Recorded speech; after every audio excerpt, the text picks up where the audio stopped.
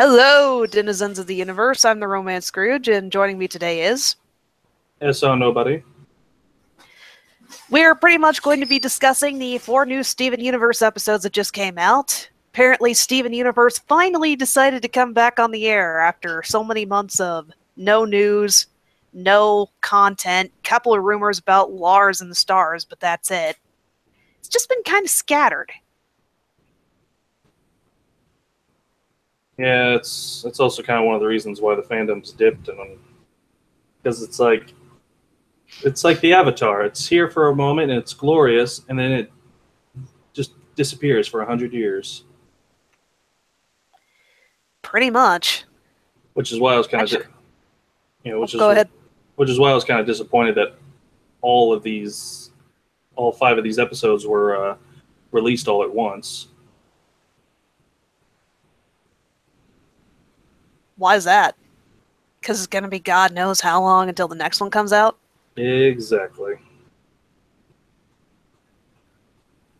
I thought there were more than just 5. Man. Nope. Dewey wins, Jimication, Raised in the Barn, Back to the Kindergarten, Sadie Killer, and Kevin Party. Man. I was hoping for more. I think the last Stevenbomb, the whole month of Steven Universe episode, spoiled me a bit. Yeah, I think the Summer of Steven. Yeah. Yeah, that one ended with Lars's head. Man. How long ago was that now? May 29th. 5 months? Oh, man, yeah, it's definitely been a while then. Man. I'm really hoping the next hiatus isn't that long.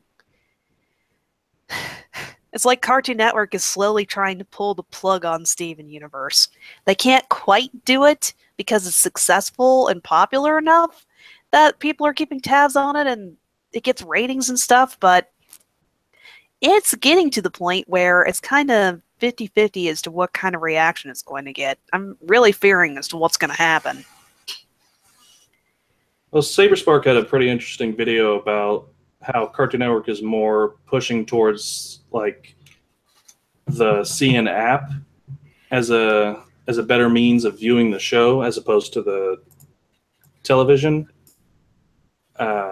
Which yeah, I'll agree. Having the option to watch whatever episodes I want is nice, except for the fact that the Cartoon Network app doesn't really work that way. It doesn't? It's more like a, hey, if you want to watch this episode, you can, but you need to unlock it. Well, how do I unlock it? Well, you need to talk to your cable provider. I don't talk to my cable provider even when my cable is out. What makes you think I'm going to do it for Steven Universe? Yeah, therein lies the right. I'll admit that the fact that you have to talk to a cable provider to access it on the official app, that's... no. Yeah. Oh, well. At least we get these 5. For now. To be brutally honest, I'm more likely to watch Steven Universe if it pops up on Amazon, or I can buy it on another source, because then I've got all the episodes right there. I can watch them in whatever order I want. I don't have to go through the cable provider to use the darn app. Actually, you buy the episodes on YouTube as well. All the episodes are for sale on YouTube. That is a very good thing to know. My boyfriend just chimed in there. Going to repeat that one more time. The episodes are available to watch on YouTube. So that's another solution for people who are kind of in the same boat as me. I'm just going to come right out and say it. I don't really watch TV much anymore. And I still live in my parents' basement at the moment, and kind of in transition between moving out of my parents' basement and otherwise. I am not getting cable. I am not forking over money for cable, so yeah. I refuse to have cable in this household anyway. We have something called vacation. If you didn't hear my boyfriend in the background there, that's pretty much what kind of situation I'm going to be having once we no cable in this house.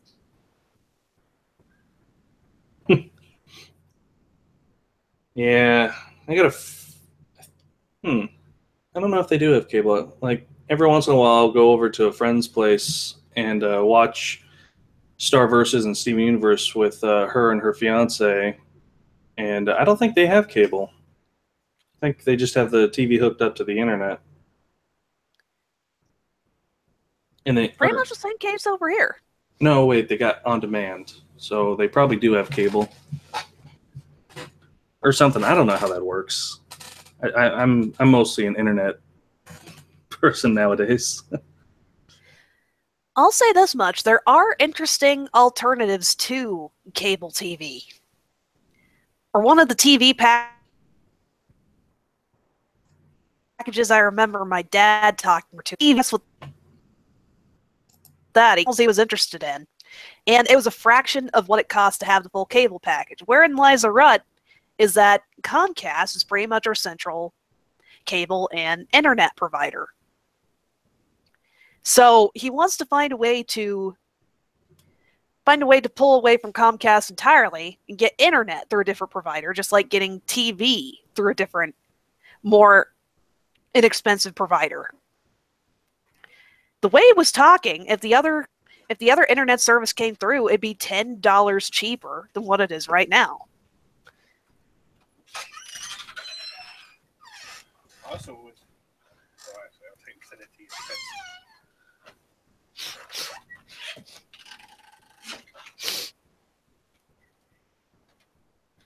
Okay. This is probably a incredibly dull topic.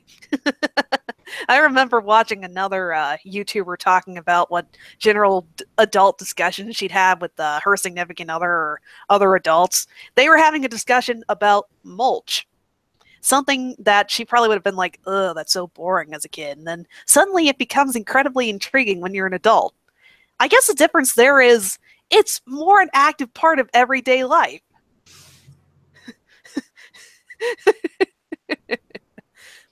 Yeah. Yeah, it's one of those things like I'm not really friends with coworkers, but I'll talk about the weather, but that's only because they're not into nerd stuff, so I've got nothing, and I'm not into sports, so I got nothing else to talk about. Cartoon critic, just as an offhand comment here, the last couple of times I dragged my boyfriend on here, I asked him to join in as a fourth or fifth person. As a general rule, though, he only comes on if I ask him to. If he had his druthers, he'd be in a video game podcast. That'd be more his speed and more his interest. Half the stuff we talk about on here. Some stuff he's familiar with, not quite at the point where I have him sitting down and checking out Star Versus and such yet. Steven Universe is the one cartoon we're both on the same page on and keep tabs on.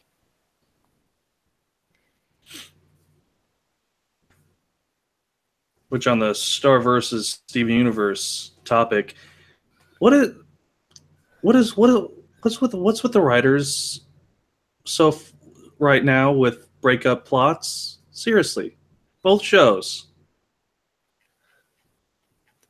They want to take everybody on a horrible ride on the angst roller coaster. Well, it doesn't make me sad, it makes me angry. Oh, I know somebody that was absolutely crushed by the whole Star and Marco thing this week. Yeah. Pretty much my main response to questions and stuff to that is I have had in the last couple of days has been Jackie Lynn deserves better. I will not argue there. To be brutally honest, after this week, I I started thinking about your Star and Jackie alternate universe. I kind of want that canon now. Because Marco, I don't hate him or anything. I don't hate Starco or anything. It's just the idea is so much more appealing. It's so hard not to think about what kind of potential and chemistry they had in the episode Just Friends. It's there. You can see it. They have a connection. And especially considering how star-struck she was when in the episode Bon Bon the Birthday Clown, whenever Star saw Jacqueline's prom dress. It's just like, yeah, there's definitely a spark, or could be a spark. yes. I'm one of those weirdos that's open to just about any couple, though. Somebody finally sold me on Tom and Marco a while ago, and that was one of the ones where I was like, I don't know. Enlightened Robots sold me on that one. Another interesting tidbit. Oh, had a discussion about Star versus earlier today, and apparently my brother ships Tomko too.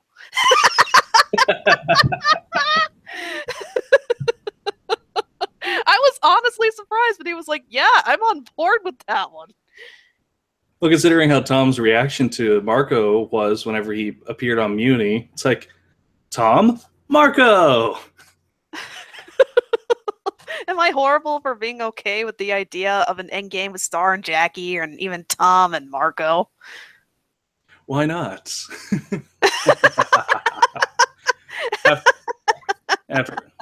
After all, people, whenever I do post up those married Starkie AUs, people will probably be like, well, what about Marco? Well, there we go. Maybe that.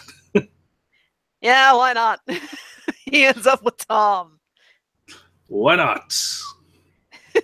Kings of the underworld.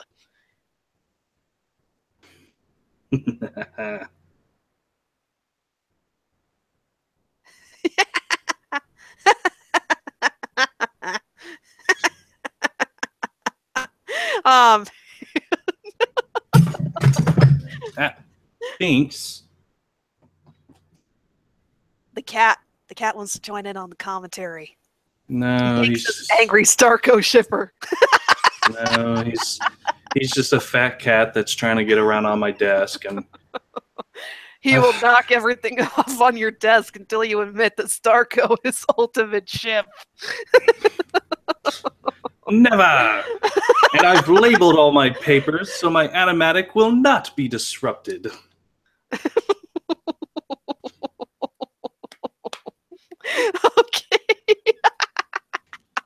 Okay, here's an interesting question that isn't shipping related. What do you guys think of Eclipsa so far?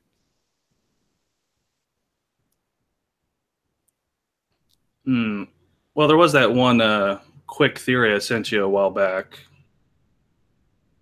Yeah, I'm gonna pull that up again. Let's see, right here. Yeah, I love it too, because I'm at work and suddenly the idea pops in my head and I'm just like, oh no, that was the most evil thought. I gotta send that to Scrooge. Oh God.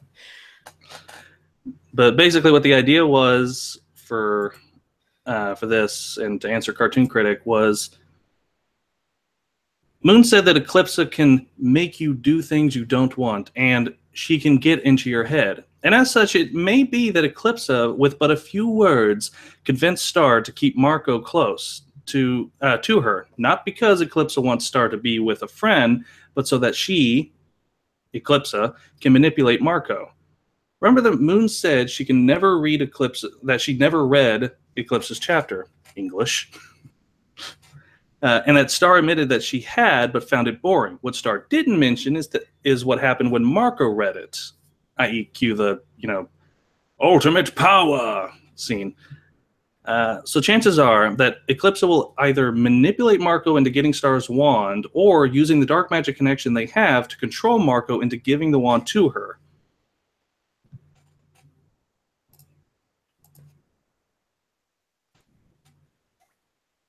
I'm fairly certain that Eclipsa might have a plan to get the wand back and to assume ultimate power. Ultimate power. I mean, there was a chapter in the book.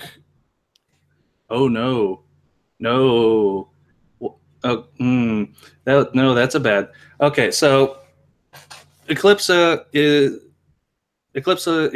her room is overlooking the rose garden.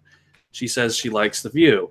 She and Star had a talk in the rose garden. So it seems like Eclipsa seems to like the rose garden. Well, there was a chapter in the spell book, about raising the dead that Glossaric burned in Bon Bon the Birthday Clown. However, I'm pretty sure Eclipsa has memorized all those spells. So what if her monster lover is buried in the Rose Garden, and once she gets the wand, resurrection and complete takeover with an army of dead monsters. Oh. Eclipsa with an army of undead monsters. I like that idea a bit too much. And not only that, but the whole Eclipsa manipulator thing kind of goes, because one of the promotional art for this Starbomb was a picture of Eclipsa amongst all these various different scenes and thread, and it seemed like she's weaving things together. Just gonna wait and see how that plays out. I'll admit that long before these episodes premiered, I wrote a rambly bunch of fan theories about Eclipsa. And some of that still holds true, but I still want to go back and rework some of it. Actually, after the Eclipsa arc concludes, I want to revisit this. But the whole idea of how friendly and charming she comes across, how disarming she is as a whole, she is very likable. She's a very likable character from what we've seen on screen so far. I'm even mixed as to whether or not she's actually quote-unquote evil. I'm leaning towards the idea that she may end up being not what fans expect or not what it seems.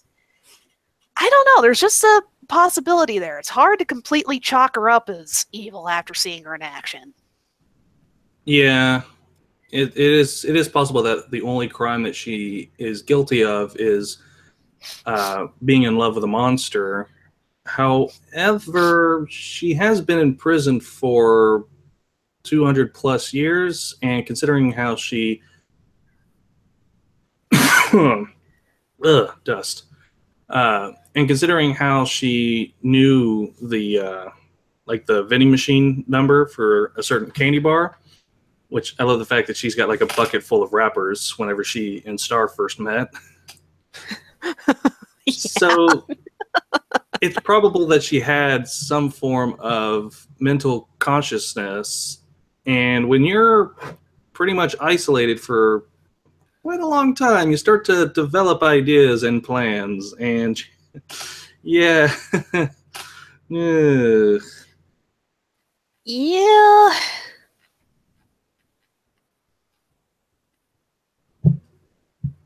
We'll see. We'll just have to wait and see. Pretty much. And then there was the 2 Steven Universe breakup plots.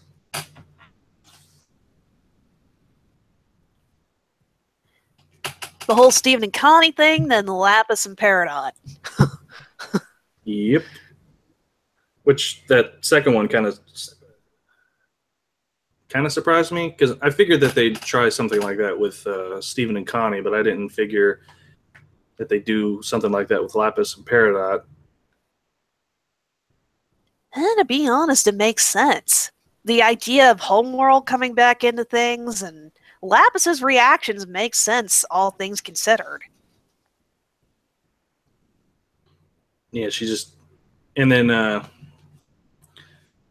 like Peridot, she doesn't want to go to space, but if it meant Lapis would be happy, then she was willing to go to space, but at the end she didn't. Yeah. Which is one of those like things. Like Lapis took the whole barn. Like, come on, Lapis, you didn't want the barn. Like Peridot was the one that wanted the barn and all the and all the stuff and all the meat morphs and Camp Pining Heart DVDs. It's like Lapis could have left the barn. You'd think.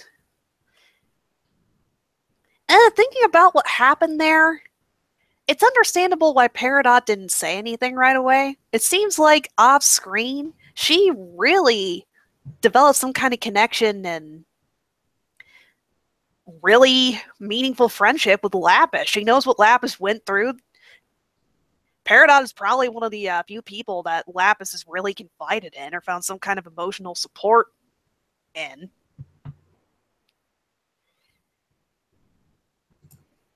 Yeah, and Peridot seems to value Lapis's happiness and comfortability over her own. Like Pretty moments much. like moments when characters are mentioning things that Peridot's like, you probably shouldn't mention that around Lapis. It's, for lack of a better description, it seems like Peridot was walking on eggshells around Lapis.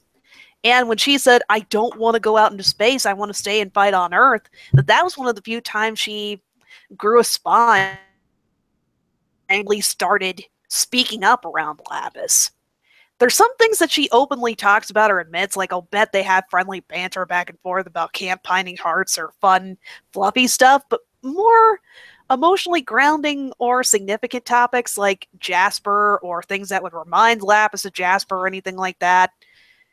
Peridot probably just lets Lapis talk and tries to keep people from bringing up that specific topic unless Lapis brought it up herself.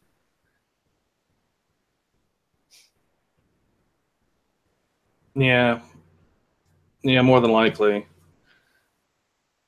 In regards to Lapis herself, I've seen mixed opinions about her. Like, there's a post somebody reblogged and sent me a link to earlier, something like that, where it seemed like the original poster was happy to see Lapis go.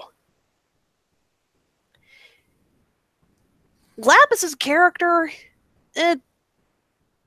I'll say this much, it's understandable why there hasn't really been much development or really anything too significant. It seems like she's really struggling with something or trying to get, okay, I'll just frame it like this. I think this is the beginning of what could lead to some significant Lapis character development. Some of the more significant scenes, like her talking back and forth with Peridot, how they developed their friendship, that should have been brought to the main screen. That should have been something we saw play out.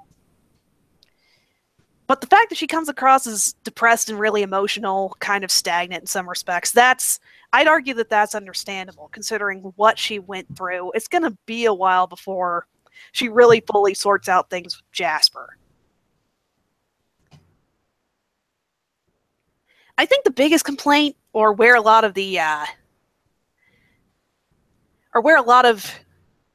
points of contention would come from, is that there isn't enough focus on Lapis, or there isn't a lot of character development in her direction. And if there's going to be any other scenes with the Peridot, I'd like to see Peridot speak up a little bit more and show her side of things, like show the other side of the equation other than just dancing around Lapis's emotions. Right. And then, well, another reason why Peridot is kind of uneasy around Lapis whenever it comes to those topics is because Lapis is a very powerful gem and could easily crush Peridot. Very true. And considering the totalitarian threat of the diamonds and what Yellow did to those crap, I forget what they were. Quartzes, maybe? No. Zircons. Yeah, considering how easy it was for the diamonds to do that, yeah.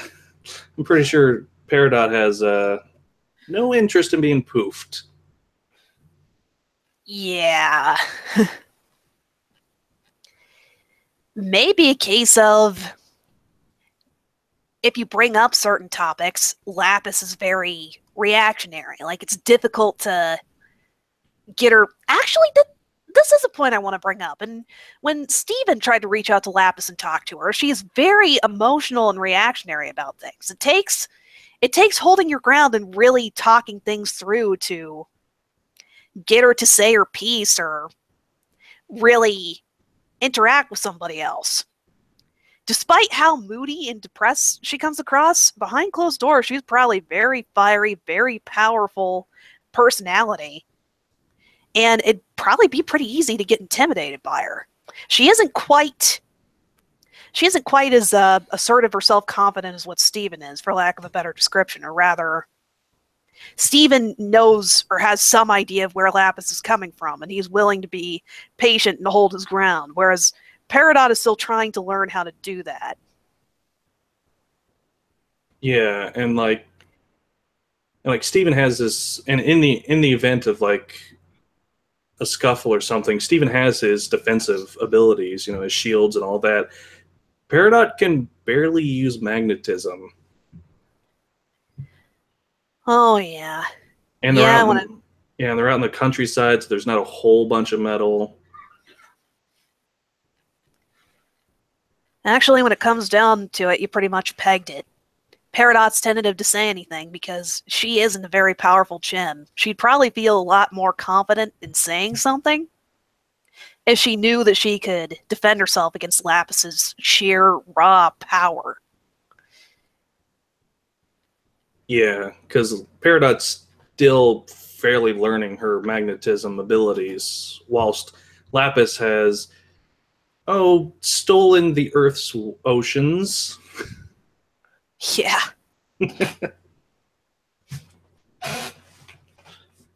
But I'm pretty sure we'll probably see Lapis again. Oh, definitely. I mean, she is a fan favorite character, so we'll get to see Bob again. Bob. Lapis Bob Lazuli. Popcorn. Oh, good. Another topic that's popping up in the comments here is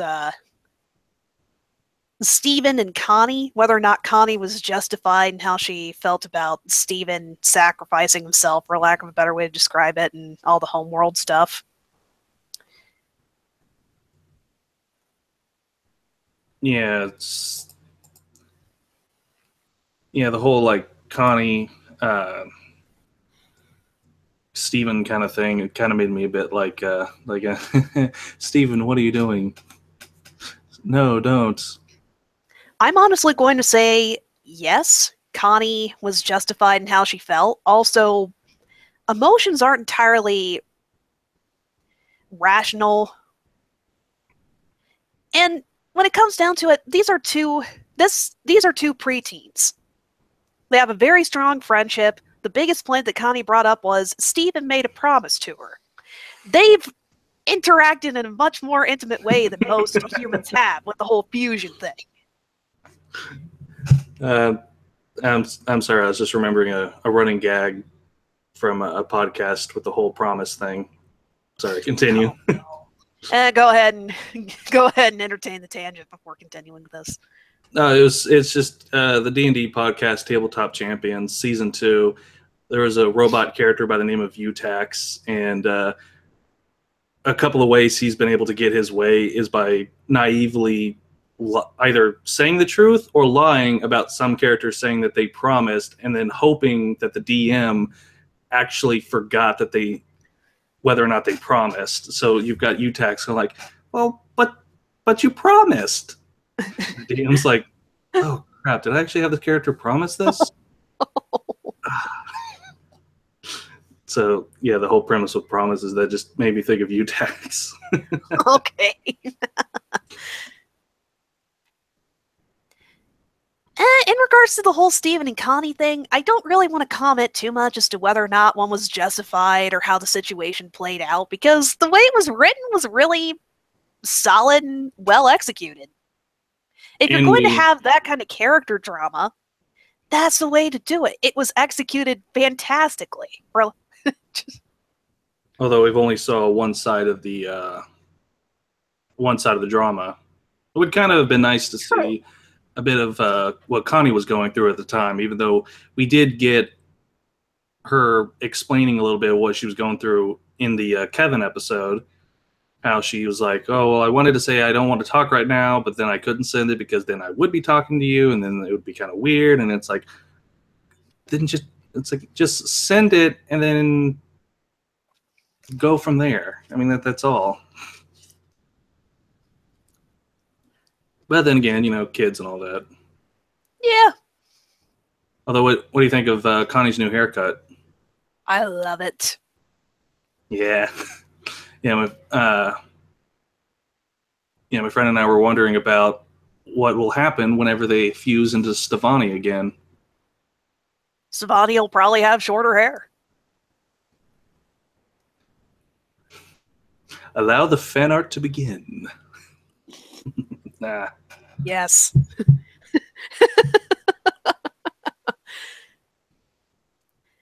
Can I make a bit of an immature comment here? Actually, no, I don't want to do that. Well, I was about to say, that'd be fine. I'm not usually the one that makes them, or at least, I don't know. It'd be fine. I'll leave it at this. Both Starverses and Steven Universe are kind of entertaining the breakup or character drama plot at this particular point in time. I was about to say which one I preferred, but when it comes down to it, they both have different goals in regards to what the overall goal is or what the point of the execution is, and there's a lot of different factors involved. Yeah, the Steven Universe one is more plot-based, whilst the Starverses one is more shipping-based. I'll just come right out and say it. I liked Steven and Connie's. I like the way that Steven and Connie's character drama was written and executed a bit more than how Starverse approached having Star and Marco have a fallout. You mean Jackie Lynn? Not really Jackie Lynn. I mean Star and Marco. Just what kind of... when Marco comes back to me. Okay. Pretty much, yeah. The okay. Jackie Lynn Thomas and Marco breakup, that felt pretty organic to me. That scene was really well executed and well done. It's the best way I could see that. I could see that happening. We all knew it was coming. I just wished it would have, happened a lot later. Okay, yeah, technically Star and Marco didn't really have a falling out. It just feels like there's a bit of tension there.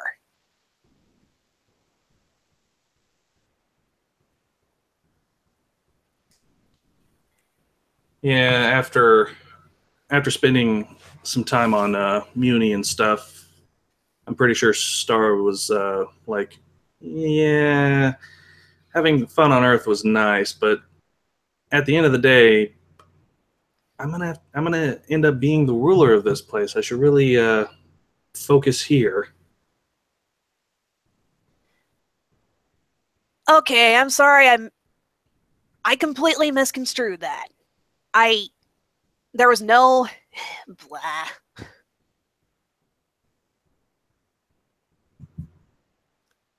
Oh well. Let's see. Well, let's see. The episode is about Steven Universe, so go through the episodes. Yeah, let's go ahead and do that. And again, I'm sorry for misconstruing that. I just had a giant brain fart.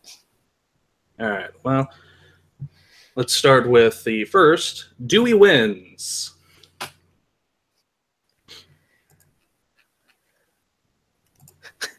Can I just summarize it as Nanafua for Mayor 2017? Yes. Although I'm kind of interested in actually seeing that be applied in future episodes. Like, how will Nanaqua deal with gym threats and the like. It's like what'll happen? Yellow Diamond and her army come down on to Beach City, and then there's Nanaquaw just like it's like, now you listen here, you giant yellow space lady. That's exactly what I'm hoping for and expecting. Giant yellow space lady, and then and then it's her and the rest of the pizza family that take down Yellow Diamond and get her to run for the hills back to Homeworld. Can I have that ending, please? Like Nanaquaw, like going Super Saiyan on Yellow Diamond's army. Yes, I would. I would be very, very open to that.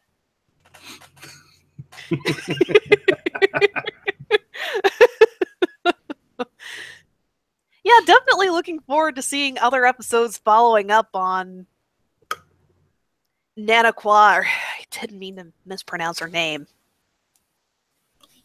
Is it Nanaquaw? Yeah, I think it's Nanaquaw. Okay, I'm going to pronounce it like that. Feel free to go grammar Nazi and correct me in the comments on Tumblr or whatever later. It'll be interesting to see how she approaches being mayor of Beach City. How different her approach is from Mayor Dewey's, and they pretty much set it up as she may be a more proactive mayor. I don't know. Just kind of curious to see where they go with that. Though yeah, I'll be because... really. Sorry, go ahead. Yeah, because Dewey mentioned that he pretty much ran unopposed for many, many years, so he's never had anyone to drive him to be better. And for the most part, in every appearance he's been in, he just usually is just like doing minor things, nothing really major.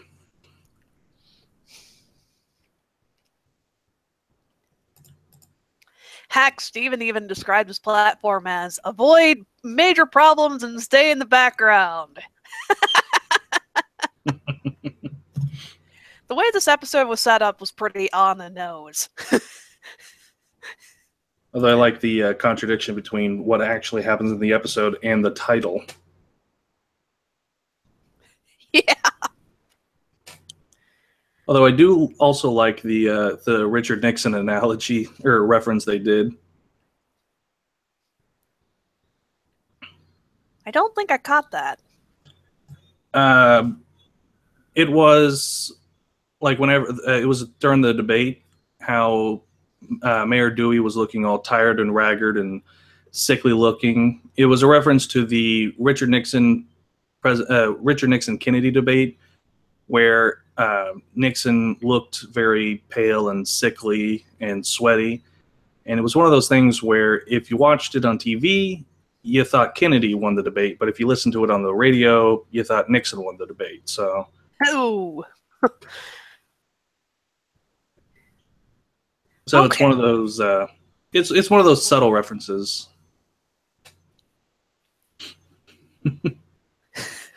Like Steven just does not have good luck on that beach with stages. Yeah.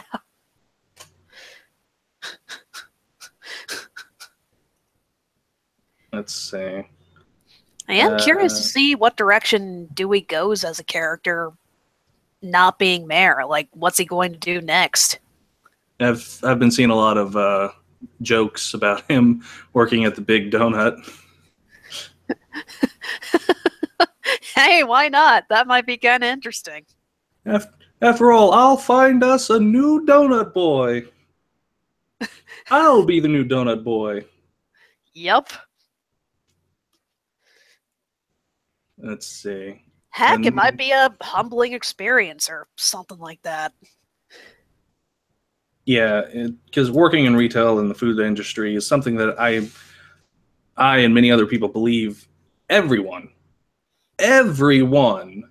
should do at least once within their life for a good deal of time, just to know and realize how difficult those jobs are. Been there, done that, don't want to go back. Exactly. Like, I'm fine with my current one. I mean, I'd like to get a job that actually does something involving art, but between my current one and my first job, I prefer my current one. I know that feeling. Yeah. Let's see. Gemication. That is a very hard title to pronounce.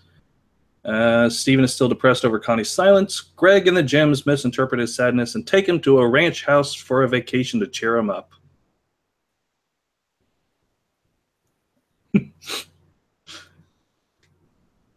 Like back in the old days, we just go around and keep trying doors to find out which ones were unlocked. Like, really, Greg? Really? But then again, I think that was also how Dan got the lake vacation house in the Dan versus the Barber episode. Oh, man. Dan, all the stuff he pulls.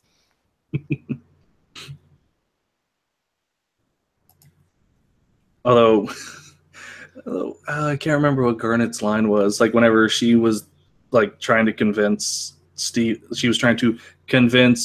to go along with them. Just like it looked like she was reading from a script.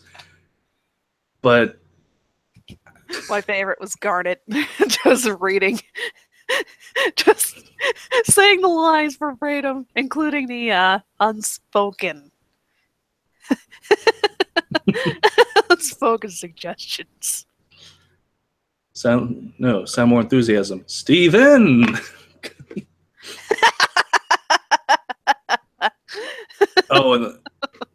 and the running gag with Ronaldo. Yes! He's such an... Steven! I'm wondering if that Koala Princess DVD I lent you 3 months ago, if you've gotten around to watching it. I'll take by your silence that you're deeply engrossed within the story and the content. Who would you say is the worst weeb? Enid or Ronaldo? More than likely Ronaldo. Because at least Enid's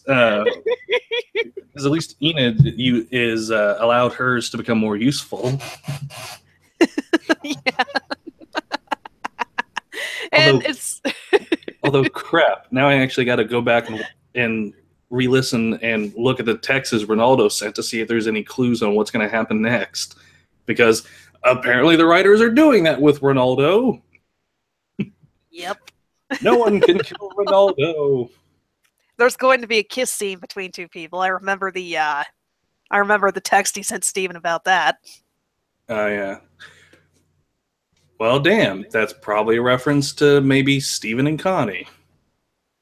That'd be the hope, but I'd bet it's Lars and Sadie. Yeah, probably. That's more likely because, we gotta wait a little bit longer before cementing Steven and Connie. Not that that's necessarily a bad thing, considering how old those two particular characters are, but we'll see what happens.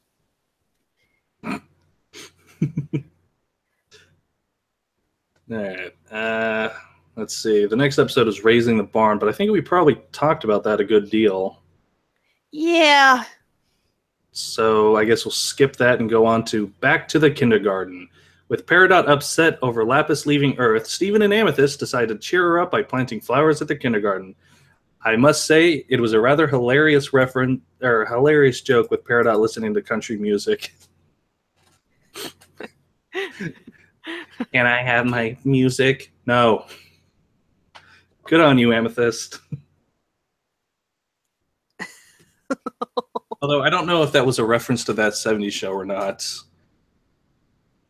I don't know. I haven't seen enough of that 70s show to really Well, there was a joke whenever Hyde and Jackie broke up, and Hyde was starting to listen to sad country music, Oh boy. and it was hilarious too because like Eric was the first one to notice. Like, Hyde, are you listening to country music? No, of course not.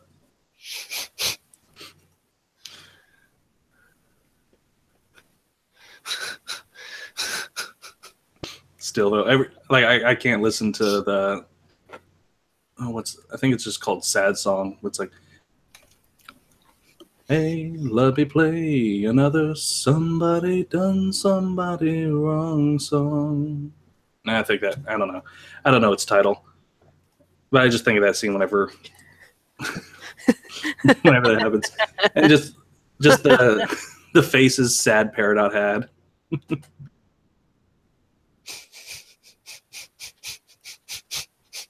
Although it was nice to see a gem monster after so long.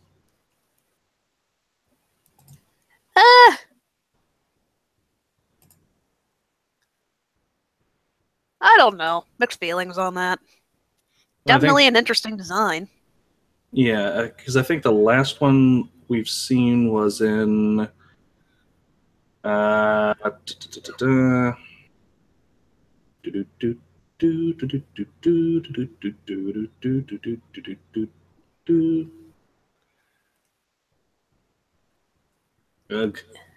through these. Okay, none of that. I'm trying to remember these just by their titles. It's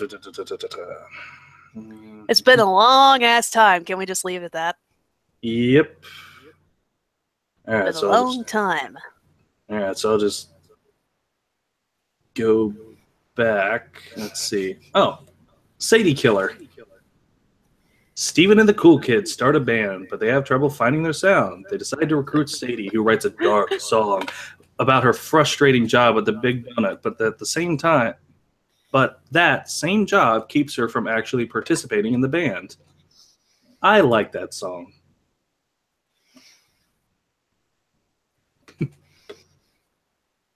Well, I like that joke.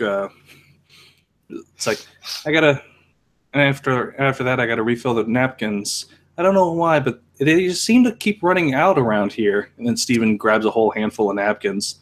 It's kind of weird. Steven, just get a box of Puffs or Kleenex and call it good. Or just do what I do and like take small rolls of paper towels that we switch out from work.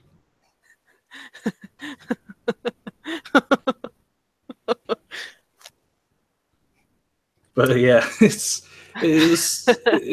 kind of funny that Sadie's genre for music is horror, whilst her voice actress Kate Minucci is a comedian musician. That and her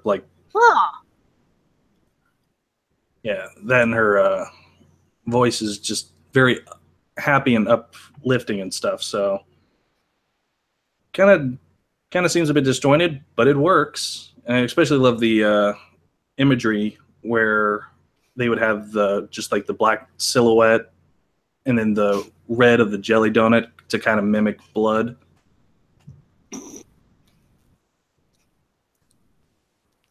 That scene with Sadie dramatically chomping under the jelly donut, that was very well executed. And then it's paired out with the background from the music with the screams and stuff. It's very nice.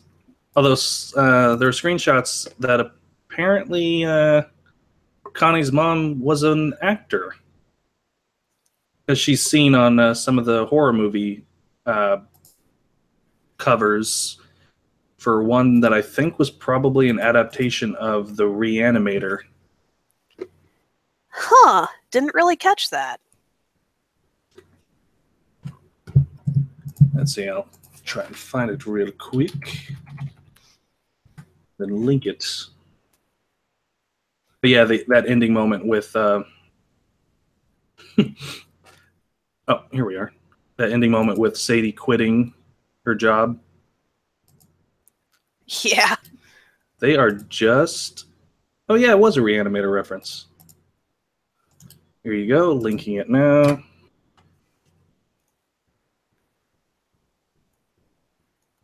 Okay, give me a minute. Pull this up. I was a bit distracted because I had something else up on my Tumblr dash and not going to say what it is. Huh.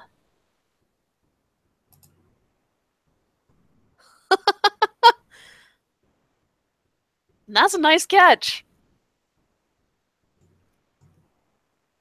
Yeah, nice catch, nice story, although it did kind of drag for a bit.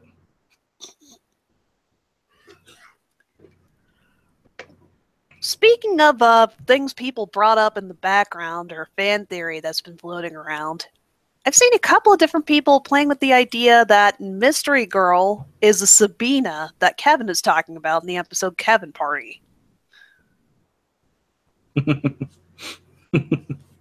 I really don't know how to feel about that. I'll be brutally honest, I'm not a big Kevin fan, but considering the Steven Universe writers do really well with setting up and exploring characters, I'll wait and see what they do with it and whether or not this is actually a legit thing. I'll admit it could be pretty interesting to see that play out. We'll get to see more about Kevin, learn more about Mystery Girl, pretty much a win all around for character development. Yeah, I guess it just boils down to they did a good job making Kevin very unlikable, so I know every time he appears in a new episode, my instant gut reaction is Kevin. yeah. Man. Just I don't know. I'll admit that one of my big reasons for not being excited about the Kevin Mystery Girl connection, but then again, get the impression that whatever Kevin and Mystery Girl had going on, if anything, it's over.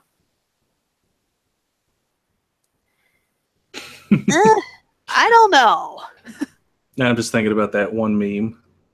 What? Just like imagine Mystery Girl, and then there's Pearl, and then there's Kevin, and then the meme would be like, my relationship with Kevin is over. Now Pearl is my girlfriend.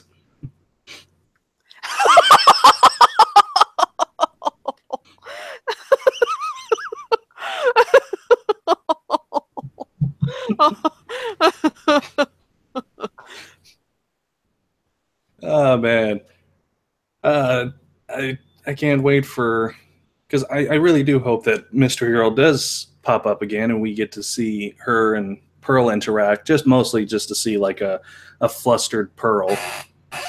Pretty much, yes. Yes, I need more of this. I'm one of those weirdos that's like, I want to see what would happen if Pearl started dating a human woman. I don't know what it is. I just really like the idea. Doesn't have to be Mystery Girl either, and it doesn't have to happen in the series, but if someone makes a fan series that does a really interesting job exploring this, please link me to it. I would be a very happy camper. OCX canon character, away! Why not? I'll admit I have mixed feelings about Pearl and Mystery Girl, because Mystery Girl, she's set up as an obvious allusion or kind of parallel to Rose in regards to physique, the pink hair, probably much different personality, but seems like a lot of Pearl's attraction to her is based on, oh my god, it looks like Rose. Yeah, it would suck if they had an episode and Pearl's main thing was her trying to like project upon Mystery Girl Rose, and then just like the whole like, well, I'm not Rose kind of thing, because I don't know, I just let them. I hate to say it, but let them be. Yeah, it's more than likely what will happen, but it's like, come on, just let them be. Just let them be together. Let them be happy. I want to see flustered Pearl. I don't know why. I think it'd be cute. Kind of like Enid and Red Action's flustered reactions to each other. Yes. Even if the Mystery Girl and Pearl thing doesn't work out there, we still have those two. Those two are going places, so can't be too upset. Got at least one, and there's still there's still a likelihood that Pearl might meet somebody else. True. Probably have to get over the Rose thing or get her past that before she moves on to somebody else. Yeah, it's one of those arcs that at the one time I know they'll eventually have to do if they decide to do it, and I know it'll be painful for both the character and us, the audience, to see it and the fallout. But it's an interesting arc. Now, looking at the comments here, I'm going to read what Robot said here. Maybe it could lead to character development. Pearl learning to love Mystery Girl for who she actually is instead of who she isn't. I'd like to be optimistic and say I would love to see that play out. That'd be another interesting direction. But I just have a sneaking suspicion it's going to be more Pearl getting past the whole Rose Quartz thing. I think that's what's going to break whatever potential those two have. I really hate to say it. I hate it. And we'll see what happens. I will not be upset if I'm wrong and you're right in this particular instance, though, Robot. I would be a very happy camper if that's the direction they go with those two. Yeah. And if anything, at least we might have Enid and Red Action. I'd say it's pretty much a guarantee. They did the whole Starburst background thing. There is something going on there. I know, but there's still the censorship board they got to go through. Yeah, damn it. Why can't we just have this one? There's so much chemistry there, and they're friggin' cute, and there's already so many... Gah! It's like, I will fill up an entire sketchbook if it means that it'll become canon. I have a couple of drawings of those two myself. I think those two are quickly going to dethrone Red and Enid as my OTP for that show. They pretty much already have. Yeah, I've filled out like the latter half of one of my books for Dominator and Hekapoo. I'm pretty sure I'll fill out like half for Married Starkie and probably a good deal for Enid and Red Action. I don't know what it is about those two. It's just seeing Red freak out over how cool she thought Enid was, and just how like Enid thinks that Red is cool. It's like you're so cool, and I'm not cool. You're cool. No, you're the coolest. No, you're the coolest. No, you're the coolest. Enid, it's like, Rad, what's happening? What's going on? They're flirting, KO. They're flirting. I want to see them openly flirting with each other in the bodega. Yes, we saw a little bit of that with the gum, but I want to see something more obvious, like they're blushing, and you get reactions from Rad and KO. And oh, what about an episode where KO thinks he has to play matchmaker for him because he thinks it's not going fast enough? I'm horrible. He tries to drag in Manly Cupid. Yes. It's horrible that I want this. I might actually go ahead and draw a comic about this. I like that idea so much. I love Manly Cupid as a character. He's freaking hilarious. He's great. Like, come on, Cupid. I know you can do this. No go, KO. These kind of things have to develop naturally.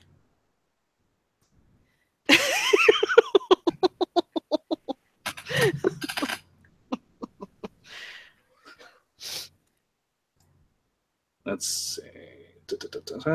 Let's see. The last episode is Kevin Party. Kevin is throwing a party and invites Steven only so he can show up as Stevani. Steven doesn't want to go at first, but changes his mind when Kevin reveals that Connie will be there. When they see each other, Kevin decides to help Steven get his ex back so they can fuse.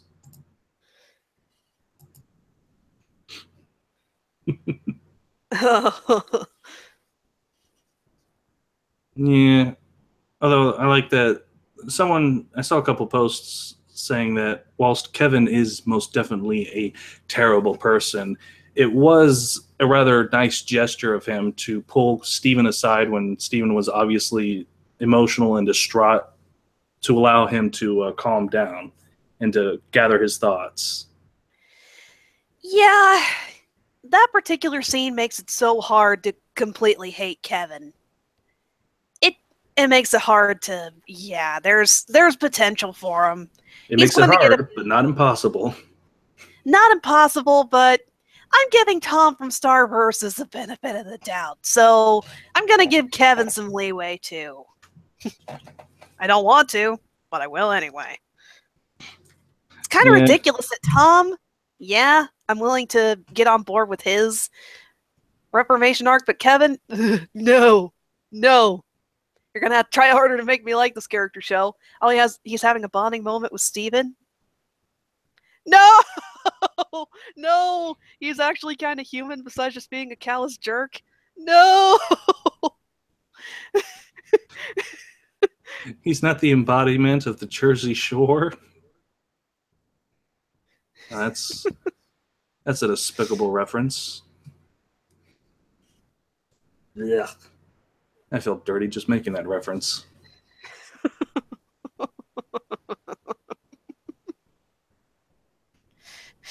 Still, though, the fact that he only invited two young kids to a party was just so that they can fuse and become Stevani. That was not cool, That's Kevin. scummy.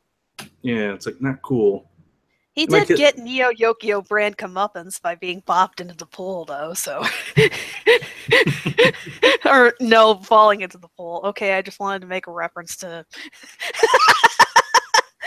One of my favorite scenes from Neo Yokio next to the whole North Cadillac it's the scene where they pull a Rama one half, one of Kaz God's friends becomes a girl, and then they're standing next to the pool, and he goes on this big long rant about how gender is on a spectrum, and all of this, he pushes Kaz into the pool. And just, I love that scene so much. I'm so sorry to go off on that tangent, but just thinking,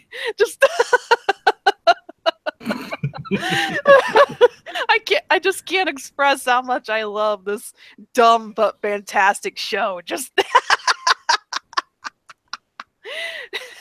it's one of those shows I really, really, really want a season 2. Yes, I need this. Okay.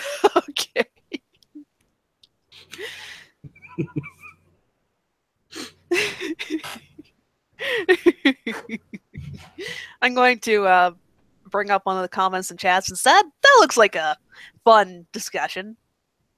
This is 13 Roget reading this for playback purposes. I like how during this arc, Lion was just chilling at Connie's house. Kind of makes you wonder what her parents thought of a lion just laying around their house. Thoughts on this? Well,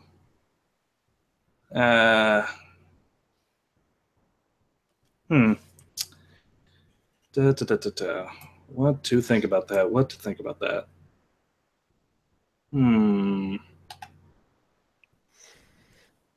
Well, they'd probably be at first, a lion. That's pink. Huh. What does it eat?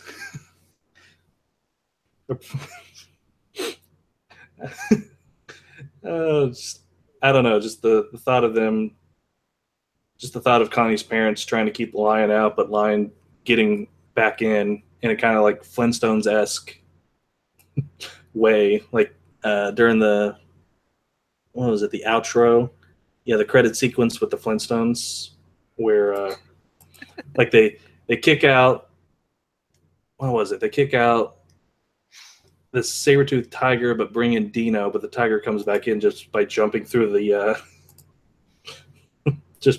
window. Except Lion has interdimensional portals.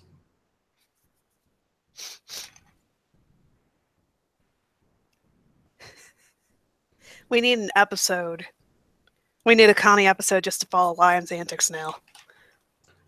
Yeah, unfortunately, the writers were like, "Yeah, we kind of want Steven in every episode, even if just for a little bit."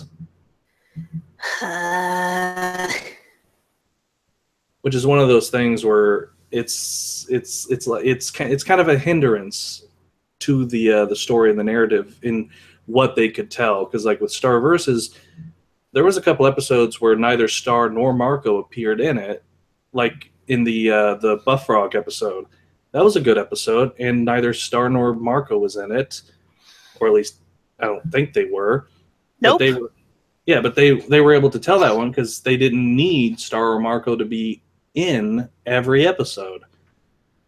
So it's one of those things where Steven Universe has a negative point towards it because the writers were like, well, we're telling the story from Steven's perspective. It's like, all right, yeah, that's nice. Could he start asking questions about certain things so that way he can be told and thus we can be told about it? Yeah.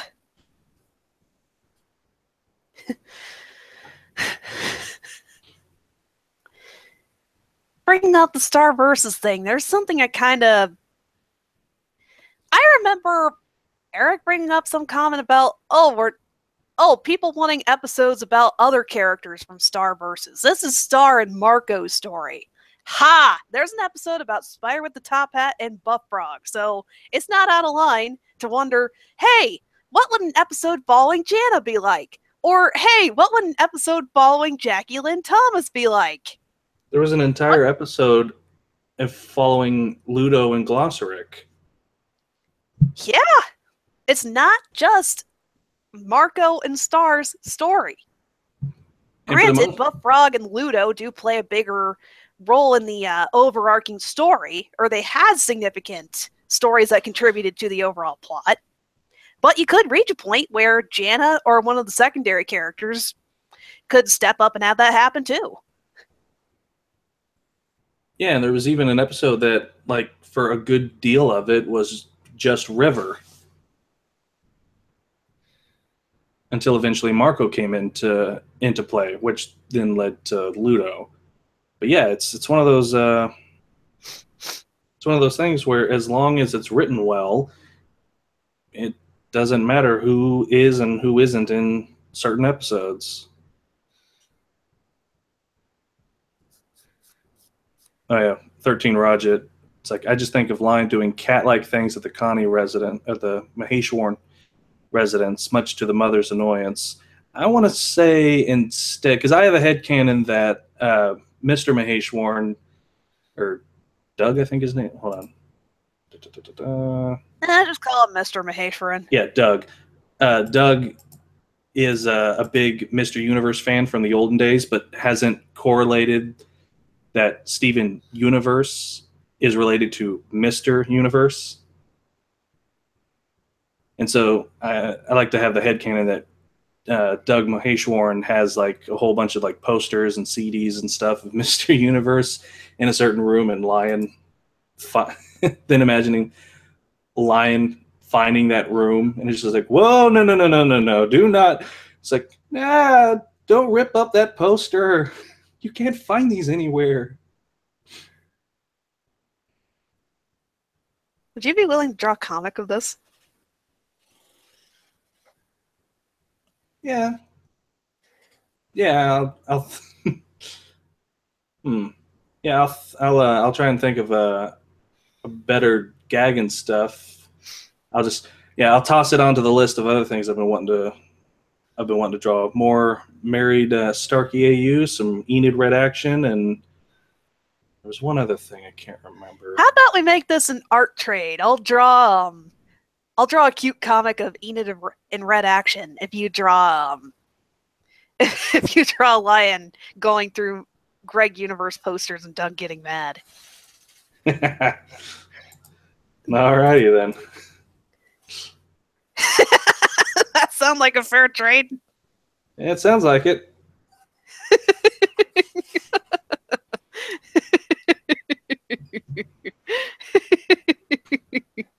Let's see. Pierce Simmons, are we going to get a Steven Universe episode that flashes back to the Gem War?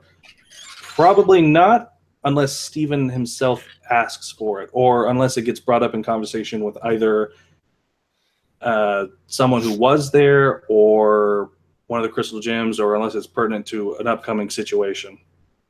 Yeah. Oh no, Cartoon Critic.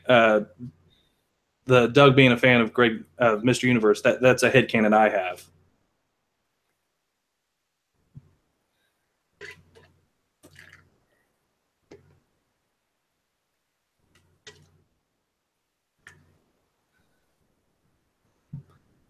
But yeah, it would be a good.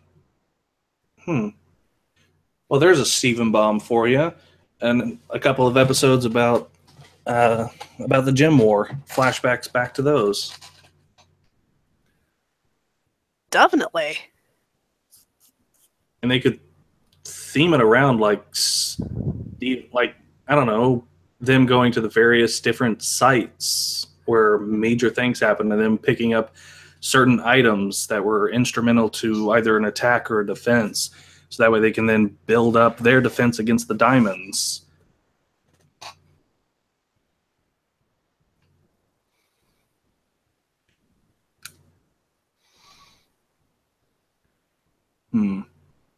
Yeah, because the strawberry field was the site of a gem war, a gem battle. Let's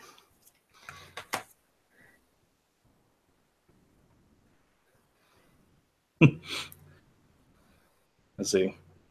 They could do the Gem War as a separate miniseries.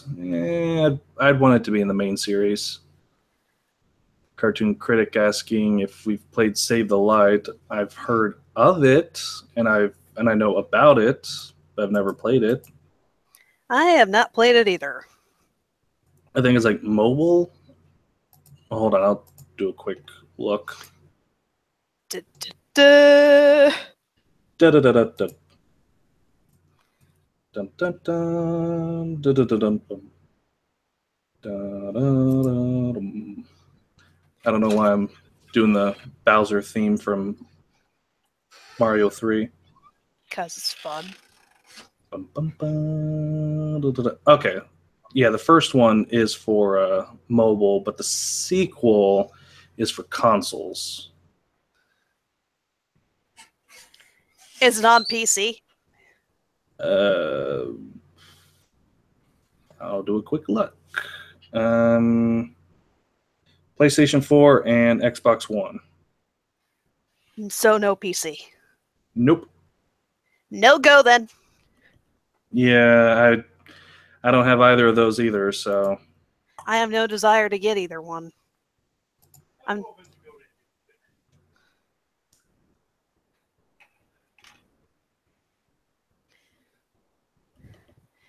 fair point. My boyfriend brought up you could probably eventually emulate Steven Universe Save the Light. Yeah.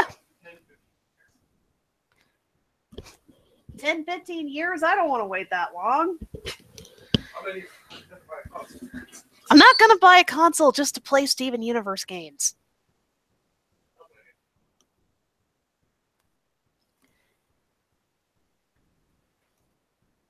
Yeah, if you buy a console, you're gonna want to have multiple games you're wanting, not just one. It's kind of silly just to do the one. I don't want a console, period. I'll admit that I've pretty much been convinced PC is the best way to go.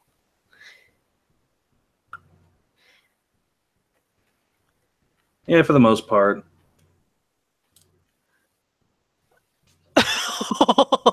I just got an evil idea, but I'm not sharing it here. Evil, evil, evil. Well, whether or not it's evil is a relative thing, but...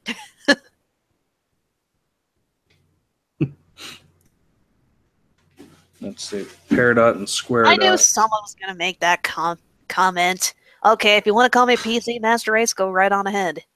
There's a grain of truth to it. What? You use Linux, Adam. I'm not there yet. Yes, I'm using it right now, but I also but I don't consider myself a full-blown Linux user until I put that on my laptop. Okay, fair point. Most of the games I've been playing have been on a Linux machine. Grumble, grumble, grumble. Technicalities. The one exception is probably going to be Cuphead.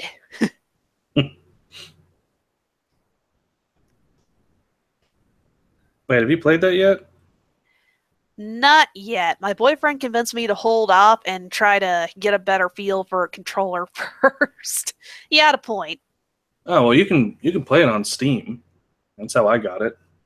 No, it's more the difficulty level of the game. I want to make sure I can actually competently use a controller first before trying to play Cuphead. Okay, the controller. That's what your deal is. I use a keyboard. So yeah, I use a keyboard, and I was able to get through the game pretty easily. I mean, granted, I'm on King Dice, but I'm a procrastinator, so. You also probably have much more experience with video games than I do. I am still a noob.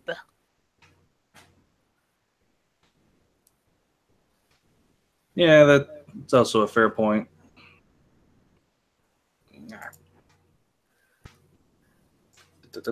Oh, I think now I remember the new Steven Universe game. Like, one of the main things is that the main villain, what was it, Hessonite, looks like Centipedal's commander.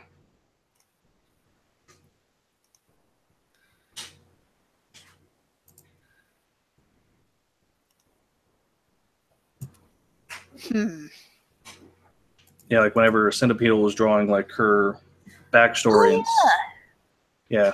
Look that up again. Yeah, her commander and stuff has a very is orangish. She used an orangish yellow coloring for her fur with like big poofy hair and like a single eye and stuff.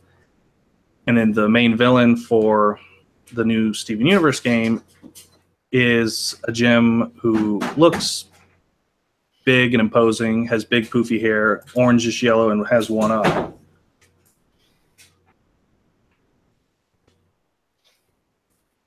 Oh yeah. Yeah, I've seen her design. Yeah, so some people are wondering if that actually is. Let's see. Cartoon Critic is Save the Light canon. I'm going to say like I tell someone else when it comes to comics in the show, consider it soft canon. Like the Adventure Time comics and the MLP comics, consider it light canon.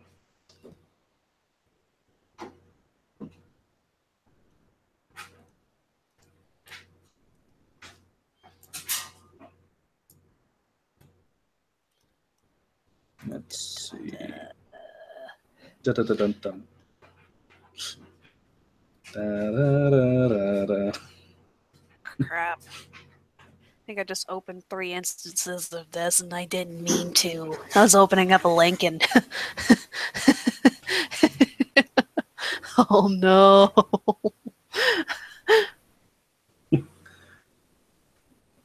As long as they don't play ads at the same time. It's not something with ads on it. Oh boy. It's taking a while to think.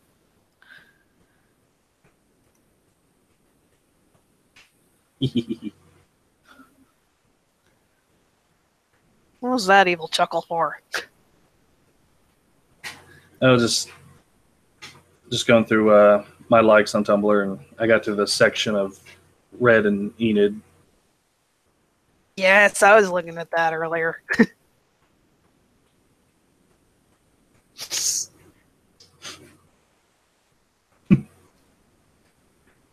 There's one person putting a quote to Odysseus.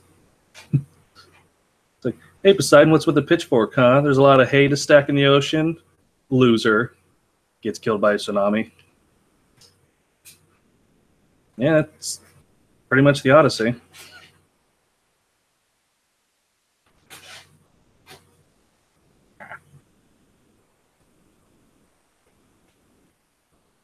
Let's see. Roger 13 asking if there's any new cartoons you're excited for.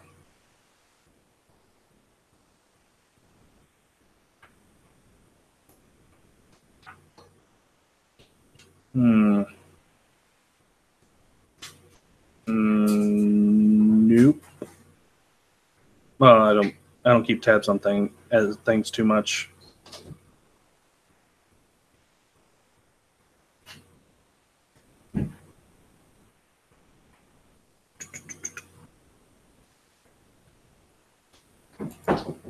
Okay, that's enough of that.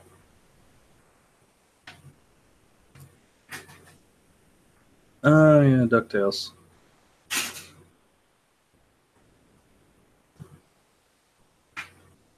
When are new episodes of that supposed to come out? Look. Oh.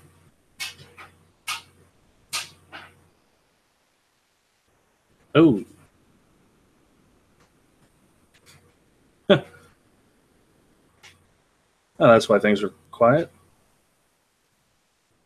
Sorry. I didn't realize the call was dropped. Did the call drop? Yeah. Oh, good. New DuckTales in December. Oh, good. Oh, is the stream itself still going, or? Looks like it, yeah. Okay. Just dropped out since things were freezing for a while. I've done this a couple different times before. Just not sure if it's always a good fail-safe.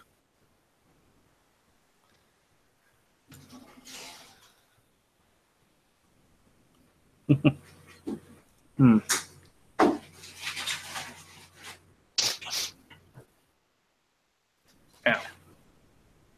Okay, I think now's a good time to start winding down and wrapping things up. Any other comments anyone's dying to make, or... Well, I hope the wait till the next couple episodes of Steven Universe is a lot shorter of a wait. And I also hope that they go on a more... And I hope they also go on a more consistent schedule. That'd be nice, but we know Cartoon Network's not going to do that. Yeah, but I can dream, can't I? And then, of course, there's this last... Yeah, then there's this last week of the Starbomb coming up. And seeing... Another angst roller coaster. And considering the... yeah, and considering the episode descriptions... Angst. Which I was actually kind of surprised because part of my Married Starkie AU actually is happening in show. How so? And I'm just like, what the hell? Because in my AU, I thought of like, oh well, maybe because of Star's influence, Moon will start start treating monsters with a lot more kinder, and then maybe eventually Star convinces the Mumins that monsters aren't something to be afraid of, and eventually lead to the integration and peace between the two. And then that's where the whole, Starkie, the eldest Starkie kid comes from. But yeah, that's something similar to that's apparently going to happen in Starverses, where Star is trying to get the youth of Muni to be comfortable with monsters.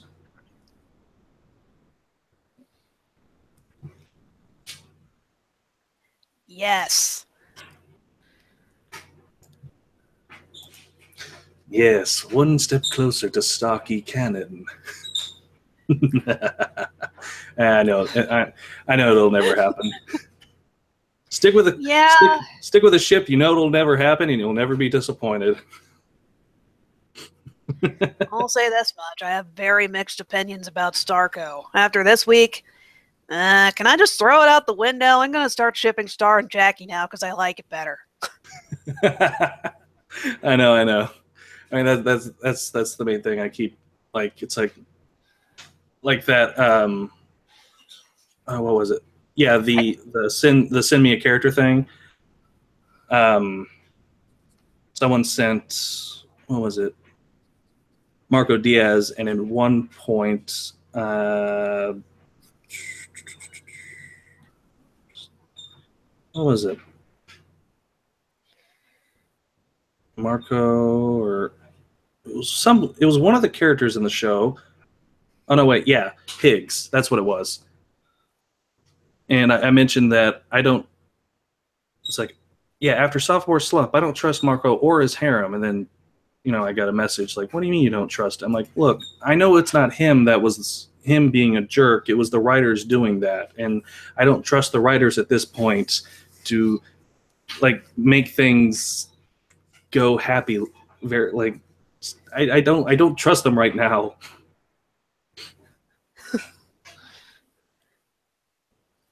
I don't know. Yeah, very mixed feelings about the newest Star Versus episodes. There's several ideas that they're playing with that I really like. I like the execution it's more, I like the ideas iffy on the execution.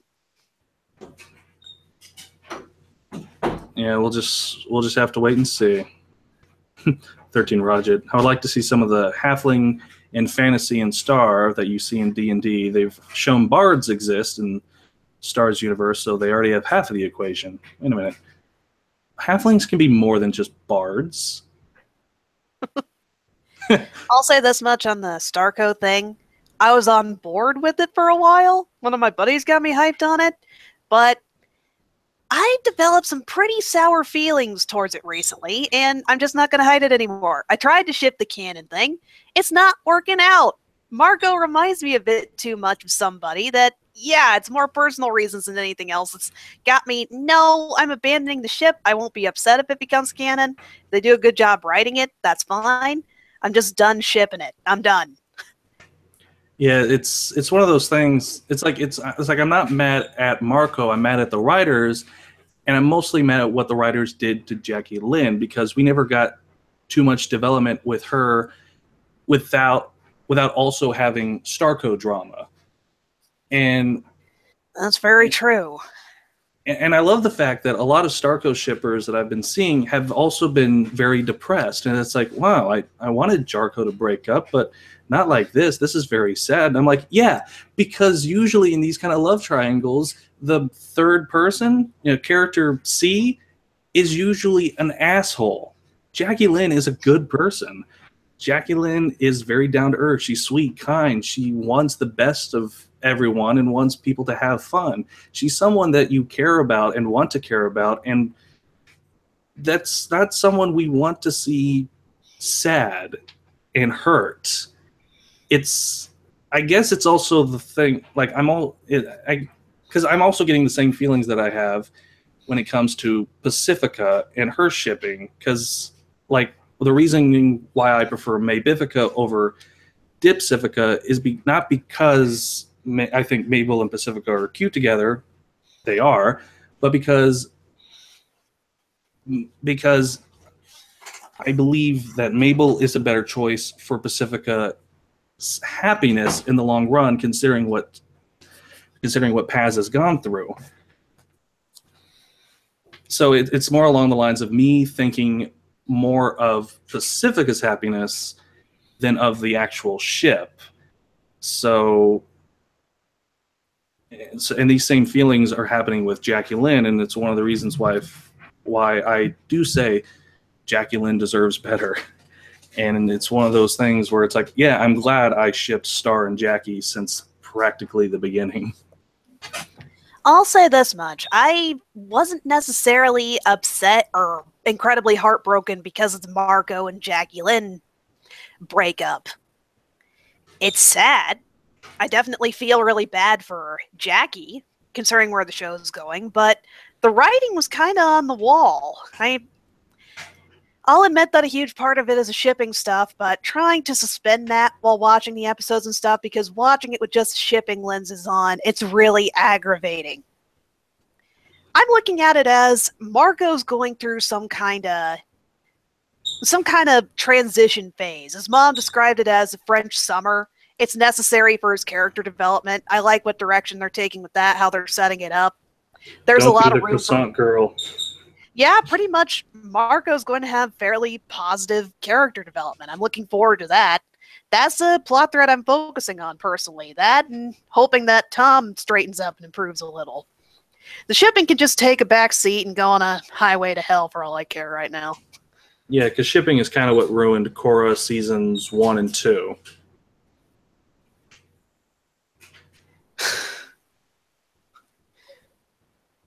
Cartoon Critic, actually, you pretty much pegged exactly how I feel about that particular breakup. It's the beginning of an interesting arc for Marco, and I'm just hoping that Jackie comes back later. She's got a lot of potential, and really like her as a character. Yeah, she's a fun character. We want to see more of her. Pretty much. And considering Jana's in the title sequence, I'm pretty sure we'll see more of Jana. And considering Jana and Jackie Lynn are friends, we'll probably see them in connection. Yeah. No, Cartoon Critic wanted to know, why did the shipping ruin Korra? Just watch season 1 of Legend of Korra and you'll know. Let's not revisit that. No, not opening that can of worms. No. I'm just so glad I was a Korrasami shipper since season 1. Same here. I was totally on board with that the moment Asami appeared on screen. I was like, oh my god. And then I started thinking about it, putting 2 and 2 together. They'd be such a fantastic compliment to each other. They fit so well. There is a very hilarious series of videos from using Korra's voice actress. That is very funny. I'll link it to you in a bit as soon as I find it. but yeah, I don't know. I'll have to wait and see what they do in Star Versus this week. But currently, Binks why? But currently, yeah, I don't trust the writers right now. Binks is an angry Starco shipper looking for revenge against our controversial comments. I don't think my cat Binks cares either way. No way, he's a Tomko shipper. How could you do this to me, Binks? How could you betray me? Just for the record, my shipping interests change all the time, so I reserve the right to say that I might get back on board with Starco, just not on board with it right now. This stuff changes every other month. Like last month, I was nuts about Rad and Enid. Shifted over to Enid and Red Action already. That's because they're so adorable. Just saying that right now. Oh boy. I think you're the second person to ask me about Tom and Jackie Robot. I don't know about that. Can I just be brutally honest and say no? I don't ship this. I mean, honestly, there was like some fake episode summaries and stuff, and one of them was Marco notices Tom and Jackie getting along very well and starts to get suspicious, and I'm like, I kind of would have preferred that now.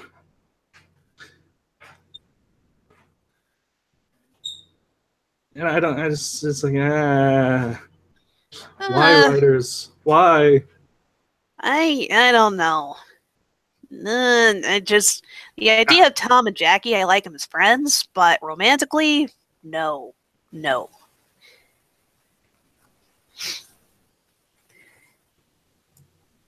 Okay, here we go. Oh no. These are funny. I'm going to send these. This is part 1. Or no, wait, that was part 2. And here's part 1. Or is that part 2? Yeah. So the second one is part 1. The first one's part 2.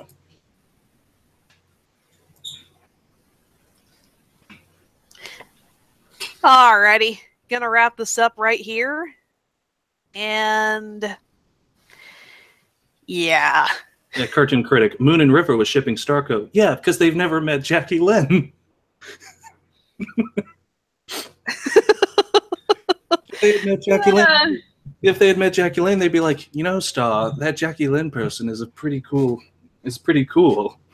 She'd make an excellent daughter-in-law. Damn it, S.R. Okay. I'm going to say this right now. I'm pretty sure just about everybody on Headcanon Hive would be on board with Star and Jackie. So Starkie gets the official Headcanon Hive seal of approval. Bam. 10 out of 10. Badass seal of approval. My buddy's probably going to hate me for this, but screw it. I'm getting on the ship. Good night, everybody. It'll never disappoint. It'll never be canon, so they'll never be disappointed.